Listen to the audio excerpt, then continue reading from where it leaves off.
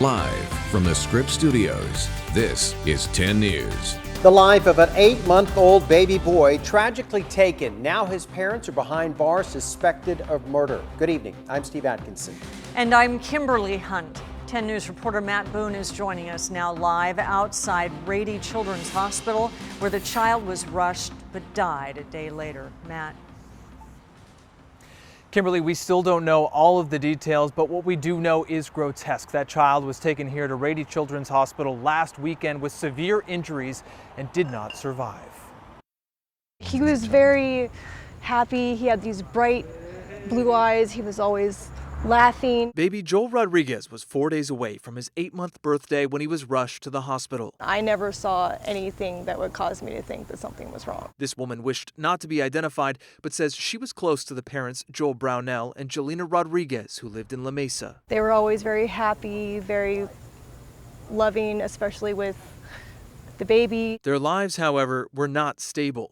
The friend says the two had been on and off homeless, and Jelena was a recovering drug addict. I don't believe that she relapsed. The way she adored that baby and loved him, I don't think that she would pick up again and risk losing him. But before anyone could intervene, the infant ended up at Rady Children's Hospital on Saturday, August 17th. The friend says she got a call from Jelena. That he was on life support and that the doctors did not expect him to live, and he had a swollen brain. Baby Joel was pronounced dead on Sunday the 18th. Police arrested the parents, who were both charged with murder, assault, and child abuse. Exactly how the baby was injured has not yet been released. The court documents only say by means of force that to a reasonable person would be likely to produce great bodily injury, resulting in the child's death. This did not need to happen. You know, there were so many other options and avenues out there. And if you see something that even looks a little bit suspicious, don't hesitate to say something, because that could end up saving that child's life.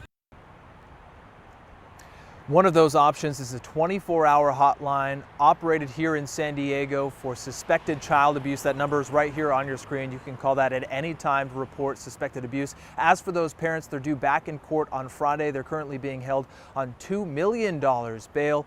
A memorial service is also scheduled for Friday for their 8-month-old son.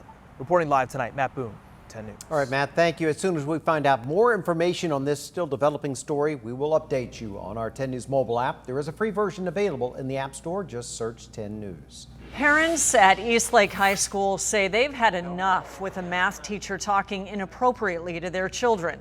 10 News reporter Laura Acevedo spoke to those parents tonight, who say the teacher was removed from the class only to return to school this year. Parents tell me their teens are falling behind in math because of this teacher. They say he's inappropriate and not doing his job. Parents say the issue started last spring. She jumps in the car on a Thursday afternoon and she says, "Dad, what is ED? What's erectile dysfunction?" And I said, "Where did you hear this?" A math teacher at Eastlake High School accused by students of making inappropriate comments in class. He only needs to wear a suit when he has to lie to administration. Quote, he has taken Viagra and had erections, promoting his sticker business because he is in deep credit card debt. He does not know if he'll be alive tomorrow or even today. Suicidal talk. Just to name a few. Dan Huslin says the principal at Eastlake told him the teacher was suspended, but this school year Huslin found out he's back. And then he wrote that the district was allocating counseling to try to improve him as a teacher. They were going to spend time trying to improve him and keep him. Tonight, parents asked the school board to investigate and provide math tutoring to their kids who say they are now behind. He gives up on math problems in the middle of class when he does take a few minutes to try to teach math. The district spokesperson says the teacher was not suspended and instead out for personal reasons, adding that they couldn't comment on whether the teacher is receiving any counseling. Parents just want him out. I don't want him at the school. He's a wild card. From everything that I've seen and heard and witnessed about his behaviors, I don't trust him. District officials told me they could not comment on the situation because it is a personnel matter, but did say the parents' concerns are being addressed. Laura Acevedo, 10 News. Well, thank you. The budget-strapped Sweetwater Union High School District says it is trying to find a solution to the cuts which have left hundreds of families with no bus route to campus.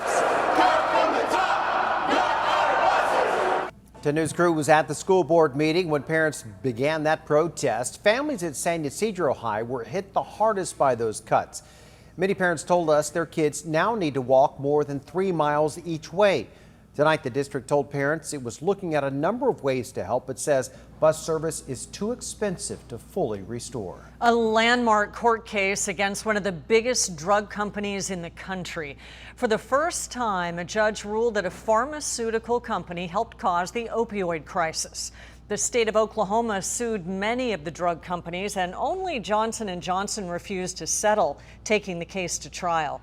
Lawyers for the state argued that Johnson & Johnson used false marketing to downplay the effects of the drugs and misled doctors about their dangers.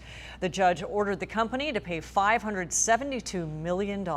We have proven that Johnson & Johnson built its billion-dollar brand out of greed and on the backs of pain and suffering.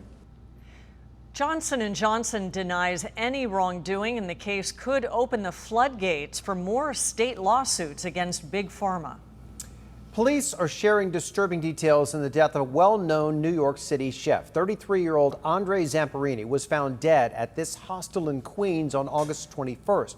Officers noticed a garbage can with bed linens and Zamperini's foot sticking out of it. Talks to his mom every day in Italy. And all of a sudden, his mom calls me Monday asking me where his son is. Well, the famed chef of Cipriani Dolce spent his final hours with a prostitute named Angelina Barini. Barini says that she gave Zamperini drugs. That's when she says he began bleeding from his nose and didn't wake up. When police walked into the hostel room, Barini immediately claimed that she didn't kill Zamperini. She told them her pimp made her do it. Barini was arrested and is now linked to 2 other similar deaths. And California is suing to stop the Trump administration's efforts to extend how long immigrant children can be kept in detention.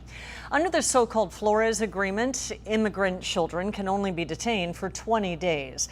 But the Trump administration wants to allow them to be held indefinitely, which California and 18 other states say is illegal. We also a state that cares deeply about our children, and this notion that you can indefinitely intern the children in this state is perverse, unconscionable, clearly in violation of Flores. A judge must approve the proposed changes to the Flores Agreement. California is also suing to stop the Trump administration's attempt to deny green cards to immigrants who use public benefits. The health and well-being of NFL players is once again in the spotlight after the unexpected retirement of Colts quarterback Andrew Luck. He suffered concussions and multiple injuries before walking away from the game and tens of millions of dollars at the age of just 29. And now a former San Diego Chargers player is blaming the NFL for some of his post-career problems. 10 News Sports Director Ben Higgins joining us now with a plea for help from one of these players. Yeah, I covered LeBron McClain as a fullback in his last 2 seasons of a 7-year career here in San Diego in 2012 and 2013. The Chargers released him the following March, and that's when the NFL forgot LeBron McClain. For the next 2 years after leaving the Chargers, McClain tried to get another opportunity in the league, but no team would sign him. An arrest in 2015 on charges related to synthetic marijuana likely ended any hopes of getting back into football.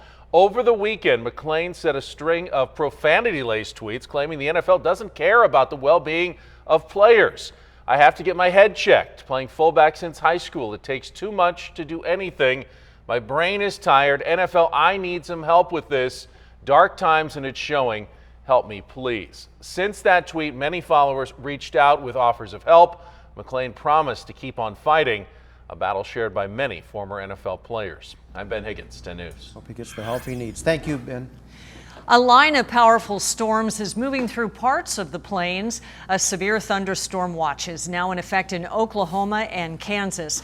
The storms are expected to have damaging winds, and meteorologists say these winds could turn to tornadoes.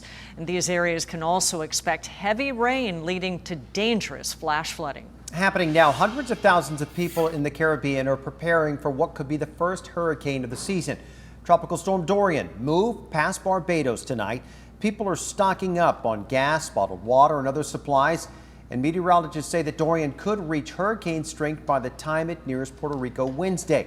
First responders in Miami, they are preparing. We prepare, we train year round, and our guys are elite. They're the best of the best. 3 to 8 inches of rain is expected in the eastern Caribbean. It is possible the storm could bring significant rain to the Bahamas and the American mainland.